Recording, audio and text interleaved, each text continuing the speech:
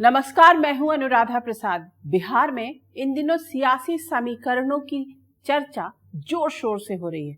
चौक चौराहा पर मुख्यमंत्री नीतीश कुमार की बात हो रही है, डिप्टी सीएम सम्राट चौधरी और विजय सिन्हा की बात हो रही है, चिराग पासवान की बात हो रही है, तेजस्वी यादव की बात हो रही है, बात प्रशांत किशोर फैक्टर की भी हो रही है। बिहार में बदलाव की बात भी जोर शोर से हो रही है। ऐसे में मेरे मन में एक सवाल उठ रहा है कि क्या बिहार के स्कूल और कॉलेजों की तस्वीर वाकई बदलेगी? क्या कभी वो दिन भी आएगा जब बिहार के छात्रों को ऊंची तालीम के लिए दिल्ली, मुंबई या बेंगलुरु नहीं जाना पड़ेगा? न्यूज़ 24 की स्पेशल सीरीज दर्द बिहार में आज बात बिहार की दम तोड़ती शिक्षा व्यवस्था की। साल 2005 के बाद अगर 9 महीना माइनस कर दें तो भी पिछले 20 वर्ष से बिहार की मुख्यमंत्री की कुर्सी पर नीतीश कुमार जमे हुए हैं। नीतीश सरकार का दावा है कि शिक्षा व्यवस्था में बहुत सुधार हुआ है। इस बीच सीएजी की रिपोर्ट में 70,877 करोड़ रुपए की खर्च का हिसाब नहीं देने का मामला सामने आया है, जिसमें से 12,623 करोड़ रुपया सिर्फ शिक्षा विभाग के खाते का भी है। ऐसे में सवाल उठ रहा है कि आखिर गड़बड़ी कहाँ है? शिक्षा के लिए भारी भरकम बजट के बाद भी सूबे के स्कूल कॉलेजों की स्थिति में सुधार क्यों नहीं हो रहा? अगर सुधार हुआ है तो फिर पढ़ाई के लिए छात्र बिहार से बाहर क्यों जा रहे हैं? देश के दूसरे हिस्सों की तरह बिहार में भी प्रोफेशनल कोर्सेज के लिए संस्थान क्यों नहीं खुल रहे? सिम्बायसिस, शारदा, मणिपाल जैसे प्राइवेट यूनिवर्सिटी बिहार में क्यों नहीं है? आखिर इसके लिए जिम्मेदार कौन है? दर्द बिहार में हम आज बात करेंगे शिक्षा व्यवस्था की बीमारी की।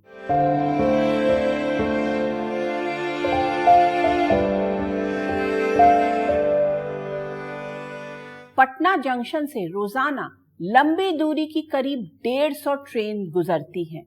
जुलाई महीने में इन ट्रेनों में बड़ी तादाद में ऐसे छात्र होते हैं जो उच्च शिक्षा के लिए देश के दूसरे हिस्सों का रुख करते हैं, क्योंकि सूबे की शिक्षा व्यवस्था से उनका भरोसा उठ गया है। आर्थिक रूप से सक्षम ज्यादातर माता पिता को लगता है कि बिहार के कॉलेज में पढ़ाने का मतलब बच्चे के भविष्य के साथ खेलना होगा। शायद यही वजह है कि छात्र ऊंची तालीम के लिए देश के दूसरे शहरों में दाखिले की दौड़ में शामिल हो जाते हैं। ये सिलसिला पिछले 40-50 वर्षों से जारी है। इस साल दिल्ली यूनिवर्सिटी में दाखिला के लिए 2,39,000 आवेदन आए, जिसमें से 17,173 बिहार से थे। एक अनुमान के मुताबिक जेएनयू में हर चौथे छात्र का बिहार से कनेक्शन है। बिहार का सर्वे रिपोर्ट के आंकड़ों के मुताबिक राज्य के 5,52,000 छात्र देश के दूसरे हिस्सों में पढ़ाई कर रहे हैं। मान लीजिए एक बच्चा हायर एजुकेशन में 5 साल लगाता है। इस हिसाब से सालाना 1,10,000 बच्चे पढ़ाई के लिए बिहार से बाहर निकल रहे हैं। ऐसे में सवाल उठता है कि बिहार की शिक्षा व्यवस्था को किसने बीमार बनाया? क्या 20 साल का समय बिहार की बीमार शिक्षा व्यवस्था को ठीक करने के लिए कम था? सरकारी आंकड़ों में सूबे की शिक्षा व्यवस्था की जो तस्वीर दिखाने की कोशिश हो रही है वो कितनी सही है? स्कूल की शिक्षा बुनियाद होती है। ऐसे में बिहार के सरकारी स्कूलों में शिक्षा इंतजामों का एक टूर करना भी जरूरी है।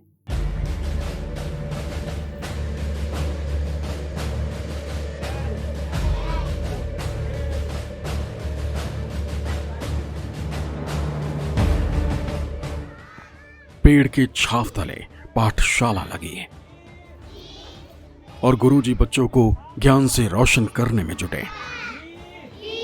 बिहार में शिक्षा व्यवस्था के सरकारी दावों की पोल खोलती ये तस्वीर सीतामढ़ी जिले के बाजपट्टी प्रखंड के एक प्राइमरी स्कूल की। 2003 में स्थापित ये स्कूल आज भी बुनियादी सुविधाओं के लिए तरस रहा है। यहाँ गर्मी है, दिक्कत हो रही है, इसलिए स्कूल नहीं है। यहाँ पर आते तो यहाँ बाथरूम नहीं है और बाथरूम करने के लिए घर जाना पड़ता है। इस स्कूल की स्थापना के 2 साल बाद ही नीतीश कुमार सूबे के मुख्यमंत्री बन गए थे, लेकिन इस स्कूल की किस्मत नहीं बदली। 135 बच्चों को पढ़ाने की जिम्मेदारी 5 शिक्षकों पर है। गर्मी में इस पेड़ का सहारा है और बरसात में भागकर बच्चे बगल की जर्जर इमारत में शरण लेने को मजबूर हैं। अब गया नगर निगम के वार्ड नंबर 46 में आने वाले इस स्कूल को देखिए।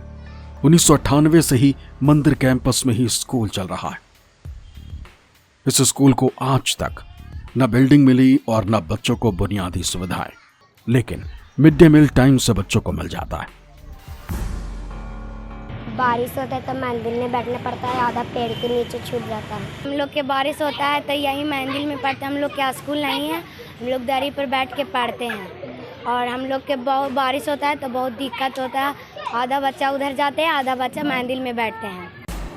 कटिहार के मनिहारी नगर पंचायत के उर्दू प्राथमिक विद्यालय में तो एक ही क्लासरूम में पहली से 5वीं कक्षा तक के बच्चे साथ साथ पढ़ते हैं।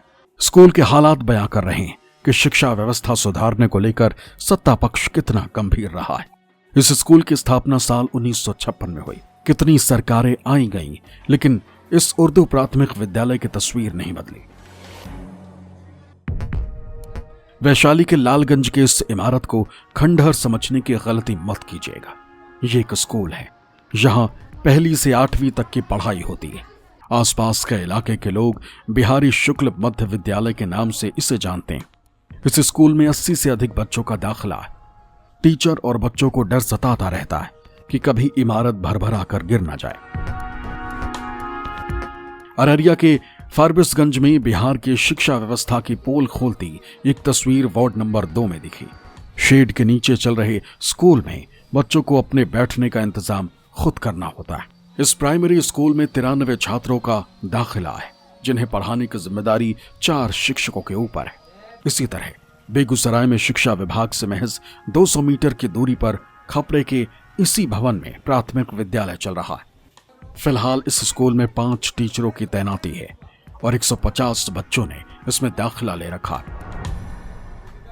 बरसात होती है तो हम लोग भीग जाते हैं, ऊपर से टीना से पानी टपकता है, इसीलिए गर्मी लगता है, फिर नीचे में बैठते हैं। तेजी से बदलती दुनिया के हिसाब से बच्चों को तैयार करने के लिए शुरुआती दौर से ही हाईटेक तरीके से ट्रेंड करने पर जोर दिया जा रहा है। कंप्यूटर कोडिंग सिखाया जा रहा है, एआई से परिचय कराया जा रहा है। वहीं बिहार के सरकारी स्कूलों की हालत बता रही है कि वहां की शिक्षा व्यवस्था कितनी पीछे है। हालांकि सूबे के शिक्षा मंत्री सुनील कुमार दावा कर रहे हैं कि बिहार के स्कूलों की तस्वीर बदल चुकी है। आधारभूत संरचनाओं में भी बहुत सुधार हुआ है।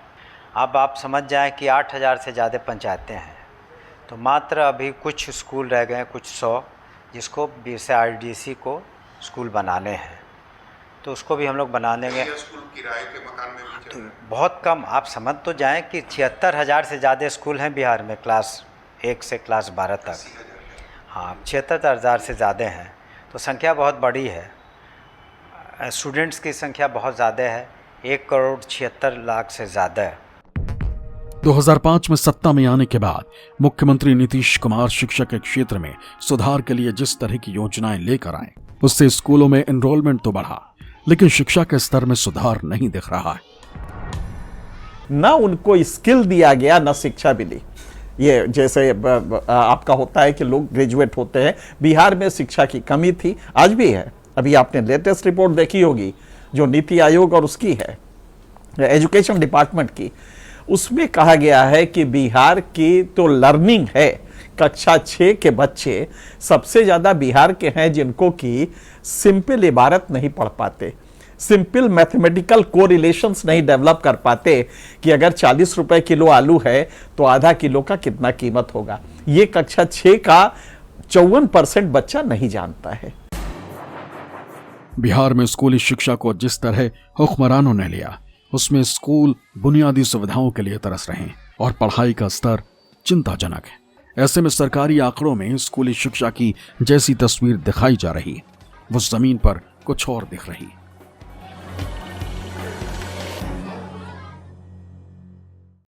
जब बुनियाद ही कमजोर होगी तो इमारत कहां से मजबूत होगी। कहीं पेड़ के नीचे पाठशाला लग रही है तो कहीं बच्चों के बैठने तक का इंतजाम नहीं। कहीं स्कूल की बिल्डिंग खंडहर में बदल चुकी, जहां बच्चे अपनी जान पर खेलकर पढ़ाई करते हैं।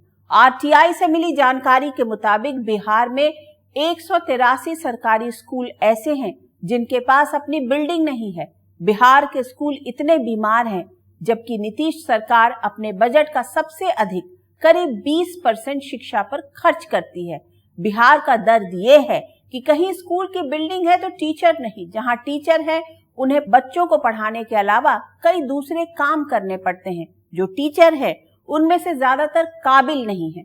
नीतीश सरकार में सरकारी स्कूलों में छात्रों का एनरोलमेंट तो बढ़ा है, साक्षरता दर के आंकड़े भी सुधरे हैं, पर यह भी एक सच है कि बिहार के सरकारी स्कूलों में पढ़ाई का स्तर बहुत खराब है। बीच में ही पढ़ाई छोड़ने वाले छात्रों की तादाद भी बहुत अधिक है। 2023-24 में बिहार में सेकेंडरी लेवल पर स्कूल छोड़ने की दर 20.86% रही। अब ये समझना जरूरी है कि बिहार में सरकारी स्कूलों में पढ़ाई का स्तर कितना गिरा और कैसे गिरा। स्थिति बहुत अच्छी नहीं थी 2005 के पहले। जो बजट था शिक्षा का वो करीब कुल बजट 4000 करोड़ से कम का था, और आज 2025-26 में 60,000 करोड़ से ज़्यादा का है, यानी 20% से ज़्यादा बजट शिक्षा का है। केंद्रीय शिक्षा मंत्रालय के unified district information system for education plus यानी यूडाइस की रिपोर्ट के मुताबिक साल 2022-23 में बिहार में सरकारी स्कूलों में 2,45,43,695 बच्चों के एडमिशन हुए। 2023-24 में 2,13,48,149 बच्चों का एडमिशन हुआ। मतलब 2023-24 में बिहार के सरकारी विद्यालयों में 31,95,546 बच्चों के नाम कटे। माना जा रहा है कि आधार अनिवार्य किए जाने से घोस्ट स्टूडेंट कम हुए। प्राइमरी एजुकेशन में बिहार में एनरोलमेंट का आंकड़ा अच्छा रहा है, लेकिन 10वीं और 12वीं के बाद पढ़ाई छोड़ने वालों की संख्या बड़ी है। बिहार के करीब 83% बच्चे कॉलेज का मुंह नहीं देख पाते। बिहार में सरकारी स्कूलों की हालत बहुत ही ख़राब है, कोई छिपी हुई बात नहीं है। किसी भी स्कूल में जो सबसे महत्वपूर्ण कंपोनेंट होता है वो शिक्षक है, और शिक्षक की ही यहाँ कमी है। बिहार के सरकारी स्कूलों में शिक्षा व्यवस्था के बीमार होने की एक बड़ी वजह काबिल शिक्षकों की कमी मानी जाती है। वहीं सूबे के शिक्षा मंत्री का दावा है कि शिक्षकों की भर्ती और ट्रेनिंग का काम तेजी से हुआ है। पहले 1.5 लाख से कम शिक्षक हुआ करते थे। आज आप देखेंगे कि बीपीएससी के माध्यम से, परीक्षा के माध्यम से शिक्षकों की संख्या करीब 5.25 लाख हो गई है। हमारे राज्य के लिए दुर्भाग्यपूर्ण है कि शिक्षा को चौपट करने का सबसे बड़ा आधार क्या बना? नियोजन नीति और लोकल बॉडी से बहाली। बिहार के सरकारी स्कूलों में पढ़ाई का स्तर करने की एक बड़ी वजह शिक्षकों को कई तरह के कामों में लगाना भी है। मसलन शिक्षक पढ़ाने के अलावा मिड डे मील की व्यवस्था, जनगणना, मकान गणना, पशु गणना, जातिगत जनगणना, बीएलओ और चुनावी ड्यूटी, सरकारी योजनाओं का प्रचार, जागरूकता अभियान, परीक्षाओं में सहयोग जैसे गैर शैक्षणिक काम भी करते हैं। इससे स्कूली छात्रों की पढ़ाई प्रभावित होती है और उनकी शिक्षा की बुनियाद ही कमजोर पड़ने लगती है। सरकारी शिक्षा व्यवस्था ध्वस्त होने की वजह से प्राइवेट स्कूल और कोचिंग इंडस्ट्री के फलने फूलने का रास्ता साफ होता गया। बिहार के सरकारी स्कूलों में शिक्षा का जो स्तर है, उस पढ़ाई के दम पर सरकारी स्कूलों में पढ़े छात्रों के लिए आईआईटी या एम्स जैसे प्रतिष्ठित संस्थान में दाखिले के लिए एग्जाम क्रैक करना किसी चमत्कार जैसा ही है। ऐसे में बिहार के स्कूलों में पढ़ाई के बाद कोचिंग के लिए भी छात्र दिल्ली या राजस्थान के कोटा जैसे शहरों के लिए ट्रेन पकड़ते हैं। इस स्थिति के लिए जिम्मेवार हैं जो बिहार की शिक्षा व्यवस्था है।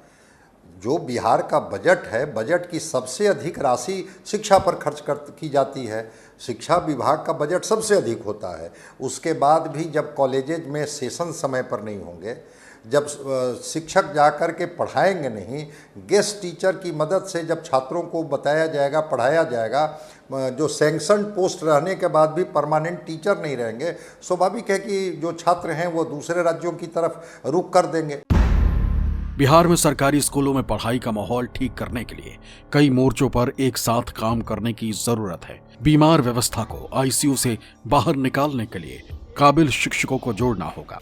समय समय पर टीचरों की ट्रेनिंग का मैकेनिज्म भी बनाना होगा, जिससे दुनिया में तेजी से होते बदलावों के हिसाब से उन्हें अपडेट या अपग्रेड किया जा सके। अगर टीचर खुद ट्रेंड नहीं होंगे तो बच्चों को क्या सिखाएंगे?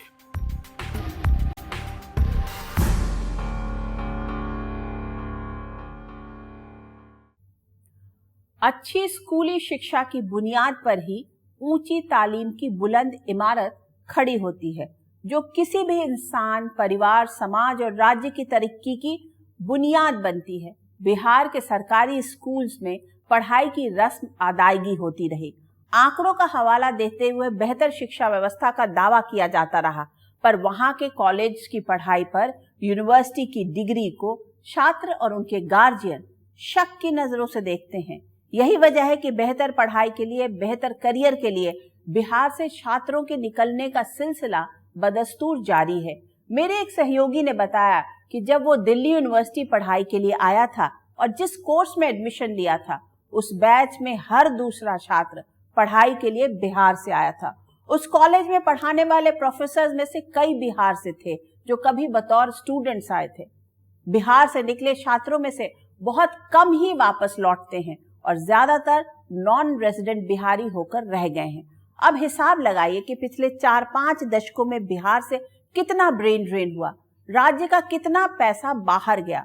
अगर बिहार में भी अच्छे कॉलेज होते, अच्छी यूनिवर्सिटी होती, तो वहां के छात्र पढ़ाई के लिए दूसरे राज्यों में क्यों जाते? All India survey on higher education के मुताबिक पूरे देश में 1350 यूनिवर्सिटीज हैं, जिसमें बिहार में सिर्फ 39 हैं। कभी पटना यूनिवर्सिटी की तुलना ऑक्सफोर्ड से होती थी, पर आज की तारीख में पटना कॉलेज हो या बीएन कॉलेज, सभी बुनियादी सुविधाओं के लिए तरस रहे हैं। वहां पढ़ाने वाले प्रोफेसर्स की भारी कमी है।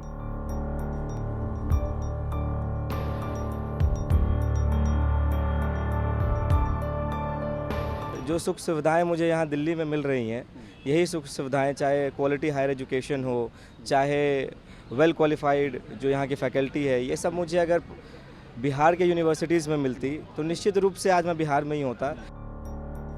अगर बिहार के कॉलेज और यूनिवर्सिटीज में पढ़ाई का बेहतर माहौल होता तो शायद ये छात्र अपना घर परिवार छोड़कर 1000 किलोमीटर दूर दिल्ली नहीं आए होते। वैसे तो बिहार में यूनिवर्सिटी और कॉलेजों की संख्या लगातार बढ़ रही है। 2018-19 में बिहार में जहां कुल 33 यूनिवर्सिटी थी, वहीं 2023-24 में बढ़कर 39 हो गई। 2018-19 में कॉलेजों की संख्या 892 थी, जो 2023-24 में बढ़कर 1197 हो गई। लेकिन बिहार के कॉलेज में किस तरह की पढ़ाई हो रही है, इसे समझने के लिए पटना यूनिवर्सिटी के प्रतिष्ठित कॉलेजों की स्थिति जानना समझना जरूरी है। 1863 में स्थापित पटना कॉलेज कभी उत्तर भारत में उच्च शिक्षा का बड़ा केंद्र हुआ करता था, लेकिन आज की तारीख में वहां के छात्र बुनियादी सुविधाओं के लिए तरस रहे हैं। लाइब्रेरी को नई किताबों का इंतजार है। पटना कॉलेज में हम आए थे तो बहुत सारे सपना लेकर आए थे, सोचे थे जाएंगे, बिहार का सबसे बड़ा यूनिवर्सिटी है और पुराना और प्रतिष्ठित यूनिवर्सिटी है। लेकिन यहाँ पे आने के बाद पता चला कि यहाँ ये यूनिवर्सिटी नाम का है। तमाम छात्रों को मच्छर काटते रहता है, लाइब्रेरी में सारी खिड़कियां टूटी हुई है। कहाँ से शुरू किया जाए, कहाँ खत्म किया जाए, शायद समय भी कम पड़ जाएगा, इतनी समस्याएं हैं। सिर्फ बुनियादी सुविधाएं ही नहीं, कभी बिहार में उच्च शिक्षा का सबसे प्रतिष्ठित केंद्र रहा पटना कॉलेज प्रोफेसरों की कमी से भी जूझ रहा है। मामूली सी बात है, साइंस कॉलेज, आप साइंस के सब्जेक्ट्स पढ़ाते हैं, लेकिन आपकी जो लैबोरेटरी है कोई वेल इक्विप्ड नहीं है। वो इंस्ट्रूमेंट्स जो चाहिए प्रैक्टिकल्स के लिए वो अच्छी तरह से मेंटेन नहीं है। तो आप क्या कहें, साइंस कॉलेज तो प्रीमियर कॉलेज है पटना का, वहाँ जब ये हाल है तो आप सोच सकते हैं। आप सोशल साइंस की अगर बात कीजिए, लाइब्रेरीज़ की जो स्थिति है, आप पटना कॉलेज की लाइब्रेरी को आज जा कर के देखिए तो आपको दुख होगा। तो न लाइब्रेरी है, न लैब्स हैं। जब पटना यूनिवर्सिटी के टॉप कॉलेजों में बुनियादी सुविधाओं की भारी कमी है, कॉलेज फैकल्टी की कमी से जूझ रहा है, ऐसे में सूबे के दूसरे हिस्सों में खड़े कॉलेजों की स्थिति का अंदाजा लगाया जा सकता है। शायद यही वजह है कि बिहार के छात्रों को 12वीं पास करते ही पढ़ाई के लिए देश के दूसरे शहरों में खड़े संस्थान दिखाई देने लगते हैं। All India survey of higher education के आंकड़ों के मुताबिक 2021-22 में देश में ऊंची तालीम हासिल करने वाले छात्रों की संख्या 4,32,68,182 रही। इस दौरान बिहार में ऐसे छात्रों की संख्या 26,22,946 रही। एक अनुमान के मुताबिक कॉलेज में दाखिला लेने के लिए बिहार का 5वां छात्र देश के हर दूसरे हिस्सों का रुख करता है। दुनिया जो है इट्स अ ग्लोबल विलेज, उसमें सिर्फ बिहार के ही नहीं बाहर पढ़ रहे हैं। आईआईटी से जो छात्र छात्राएं पास करते हैं वो भी वर्ल्ड के दूसरे यूनिवर्सिटीज़ में जाते हैं और बिहार के भी छात्र छात्राएं जाते हैं। और जिसको जितनी बेहतर अपॉर्चुनिटी मिलती है, इट्स अ क्वेश्चन ऑफ कि आपके पास क्या अपॉर्चुनिटी, आप कहाँ तक जाना चाहते हैं। दिल्ली यूनिवर्सिटी में इस साल दाखिले के लिए आवेदन करने वाले छात्रों में 17,173 बिहार से हैं। एक आंकड़े के मुताबिक बिहार के 5.52 लाख छात्र देश के दूसरे हिस्सों में पढ़ाई कर रहे हैं। विदेशों में भी बिहार के करीब 27,000 छात्र पढ़ाई कर रहे हैं। 1980 और 1990 के दशक में ज्यादातर छात्र बिहार से इसलिए पढ़ाई के लिए दूसरे राज्यों का रुख करते थे क्योंकि बिहार के विश्वविद्यालयों में 4 साल की पढ़ाई पूरी करने में 7 साल तक लग जाते थे। लेकिन बिहार के विश्वविद्यालय में बहुत हद तक सेशन ठीक होने के बाद भी छात्रों के पलायन का सिलसिला शायद इसलिए नहीं रुक रहा है क्योंकि आज की जरूरतों के हिसाब से पढ़ाई का माहौल नहीं है, बुनियादी सुविधाएं नहीं है, अनुभवी प्रोफेसरों की कमी है। बिहार का एजुकेशन सिस्टम कैसे काम कर रहा है, इसे हाल की एक घटना से भी समझा जा सकता है। पटना यूनिवर्सिटी के 5 कॉलेजेस में प्रिंसिपल का सिलेक्शन योग्यता के आधार पर नहीं बल्कि लॉटरी सिस्टम से हुआ। पटना कॉलेज के कई विभाग असिस्टेंट प्रोफेसर और गेस्ट फैकल्टी के भरोसे चल रहे हैं। यही हाल वहां के बीएन कॉलेज का है। एक दौर वो भी था जब पटना यूनिवर्सिटी के कॉलेजेस में दाखिले के लिए होड़ लगी रहती थी, लेकिन इस सत्र में पटना यूनिवर्सिटी के अंडर ग्रेजुएट कोर्सेज की कुल 4,445 सीटों में से अभी 950 सीटें खाली पड़ी हुई हैं। बिहार में टेक्निकल और प्रोफेशनल कोर्सेज के लिए अच्छे संस्थानों की कमी है। देश की आबादी में करीब 9% हिस्सेदारी वाली बिहार के सरकारी इंजीनियरिंग कॉलेजेस में 14,469 सीट्स है, जिसका जिक्र बिहार इकोनॉमिक सर्वे में है। इंजीनियरिंग में दाखिले के लिए होने वाली JEE मेन में इस साल बिहार के 65,000 छात्र शामिल हुए। ऐसे में JEE मेन में अपीयर छात्रों के आंकड़े से जरा अनुमान लगाइए, हर साल प्रोफेशनल कोर्सेज के लिए कितने छात्र बिहार से बाहर जाते होंगे।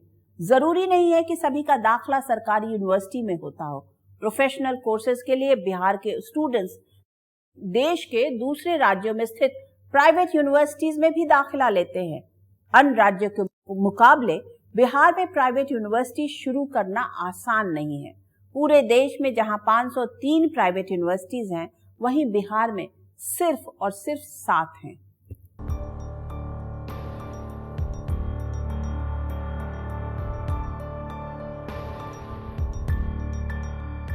कभी नालंदा विश्वविद्यालय में 3 लाख से अधिक किताबें थीं। यहां दुनिया के कोने कोने से पहुंचे करीब 10,000 छात्र पढ़ाई करते थे। छात्रों को पढ़ाने के लिए 2700 शिक्षक थे। जरा सोचिए, एक दौर वो भी था जब दुनिया के कोने कोने से पढ़ाई के लिए छात्र बिहार की धरती पर आते थे। लेकिन पिछले 4 से 5 दशकों से बिहार के छात्र पढ़ाई के लिए देश विदेश के दूसरे हिस्सों में जा रहे हैं। फिलहाल बिहार में 4 केंद्रीय विश्वविद्यालय हैं। राजगीर में नालंदा विश्वविद्यालय, मोतिहारी में महात्मा गांधी केंद्रीय विश्वविद्यालय, समस्तीपुर में डॉक्टर राजेंद्र प्रसाद केंद्रीय कृषि विश्वविद्यालय, गया में दक्षिण बिहार केंद्रीय विश्वविद्यालय। बिहार में खड़े केंद्रीय विश्वविद्यालयों की स्थिति अच्छी है, लेकिन स्टेट यूनिवर्सिटी में पढ़ाई का स्तर सवालों के घेरे में है। आज की तारीख में पारंपरिक पढ़ाई से ज्यादा प्रोफेशनल कोर्सेज पर जोर है, जिससे छात्रों को सिर्फ डिग्री ही नहीं, कोर्स पूरा होते ही कैंपस प्लेसमेंट भी हो सके। आबादी के अनुपात में बिहार में प्रोफेशनल और टेक्निकल एजुकेशन के लिए अच्छे संस्थानों की कमी है। सूबे के सरकारी इंजीनियरिंग कॉलेजों में 2021-22 में 8,774 सीटें थी, जो 2024-25 में बढ़कर 14,469 हो गई। इसी तरह पॉलिटेक्निक में 2021-22 में 11,211 सीटें थी, जो 2024-25 में बढ़कर 17,054 हो गई। छात्रों को बेहतर शिक्षा देने के लिए देश भर में धड़ल्ले से प्राइवेट यूनिवर्सिटी खुल रही है, लेकिन हैरानी की बात यह है कि अब तक बिहार में सिर्फ 7 प्राइवेट यूनिवर्सिटी हैं। दरअसल बिहार में प्राइवेट यूनिवर्सिटी शुरू करने में कई तरह की चुनौतियां भी रही हैं। इंफ्रास्ट्रक्चर को लेकर के अब ज़मीन महंगी हो गई है, लॉ एंड ऑर्डर का सवाल है, ब्यूरोक्रेसी हावी हो जाती है। अब इतने तरीके से गुजरना पड़ता है यहाँ के यूनिवर्सिटी खोलने वाले लोगों को कि वो उसी की पूर्ति करते करते वो बीच में दम तोड़ देते हैं। जो यूनिवर्सिटीज़ हैं वो भी इस बात को देखते हैं कि उनको किस तरह का रिक्रूटमेंट ग्राउंड मिल रहा है।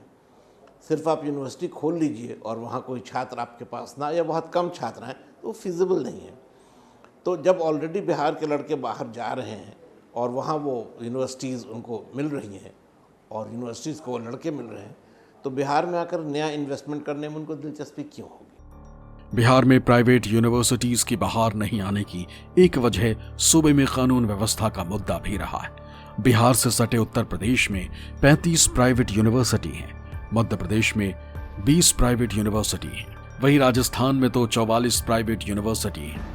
ऐसे में अगर बिहार के बीमार एजुकेशन सिस्टम को ठीक करना है तो सत्ता में बैठे हुक्मरानों को पूरी ईमानदारी से स्कूल कॉलेजों की स्थिति ठीक करनी होगी।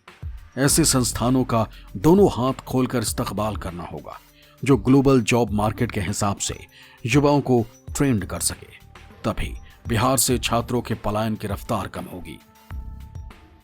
बिहार की शिक्षा व्यवस्था की बर्बादी की कहानी 1960 के दशक के आखिर में शुरू होने लगी, जब जाति की राजनीति को ड्राइविंग सीट पर लाकर सत्ता हासिल करने का खेल शुरू हुआ। उसी दौर में अंग्रेजी में पास होने की अनिवार्यता भी खत्म कर दी गई। तब इस बदलाव का नाम दिया गया कर्पूरी डिवीजन। यूनिवर्सिटी और कॉलेज में पढ़ने वाले छात्रों को नेता हथियार के रूप में इस्तेमाल करने लगे। इससे यूनिवर्सिटी का सेशन लेट होने लगा, मतलब छात्रों को डिग्री हासिल करने में 2 से 3 साल ज्यादा लगने लगा। यूनिवर्सिटी पढ़ाई से अधिक राजनीति का अड्डा बन गई। पटना यूनिवर्सिटी की छात्र राजनीति की गर्भनाल से लालू प्रसाद यादव और नीतीश कुमार का राजनीतिक उदय हुआ। लालू यादव मुख्यमंत्री बने तो उन्होंने चरवाहा विद्यालय खोलने का प्रयोग किया। नीतीश कुमार सत्ता में आए तो आंकड़ों में स्कूली शिक्षा सुधरती दिखी, पर जमीन पर दम तोड़ रही है। नीतीश कुमार ने इंजीनियरिंग की पढ़ाई की है। सत्ता में बने रहने की इंजीनियरिंग में उन्होंने अच्छों को मात दी है। लेकिन ये बहुत दुख की बात है कि आज की तारीख में बिहार के ज्यादातर सरकारी स्कूल्स में बच्चों को जिस तरह की शिक्षा मिल रही है, उसके दम पर शायद ही वो कॉम्पिटिटिव एग्जाम में अच्छी रैंकिंग हासिल कर पाएंगे। कॉलेज यूनिवर्सिटी से पास होने वाले छात्रों को डिग्री तो मिल रही है, लेकिन कॉम्पिटिटिव जॉब मार्केट में खड़े होने लायक गिनती के छात्र तैयार हो रहे हैं। अगर बिहार को सही मायने में बदलना है तो सबसे पहले ईमानदारी से स्कूल से कॉलेज तक पढ़ाई के सिस्टम को 360 डिग्री ठीक करना होगा। ऐसा इकोसिस्टम बनाना होगा जिसमें बिहार के छात्रों को पढ़ाई के लिए बेहतर संस्थान प्रदेश के भीतर मिले। दूसरे राज्यों से भी छात्र पढ़ाई के लिए बिहार की ट्रेन पकड़ें। सिर्फ प्राचीन नालंदा विश्वविद्यालय और विक्रमशिला विश्वविद्यालय के गौरव की बात करने से काम नहीं चलेगा। बिहार की शिक्षा व्यवस्था को आईसीयू से बाहर निकालने के लिए ईमानदारी से कोशिश करनी होगी। आज के इस एपिसोड में बस इतना ही। आपसे फिर मुलाकात होगी बिहार से जुड़े किसी ऐसे मुद्दे के साथ जिसे जानना और समझना हम सबके लिए जरूरी होगा। तब तक के लिए मुझे दीजिए इजाजत। निष्पक्ष खबरों के लिए आप देखते रहिए News 24। नमस्कार।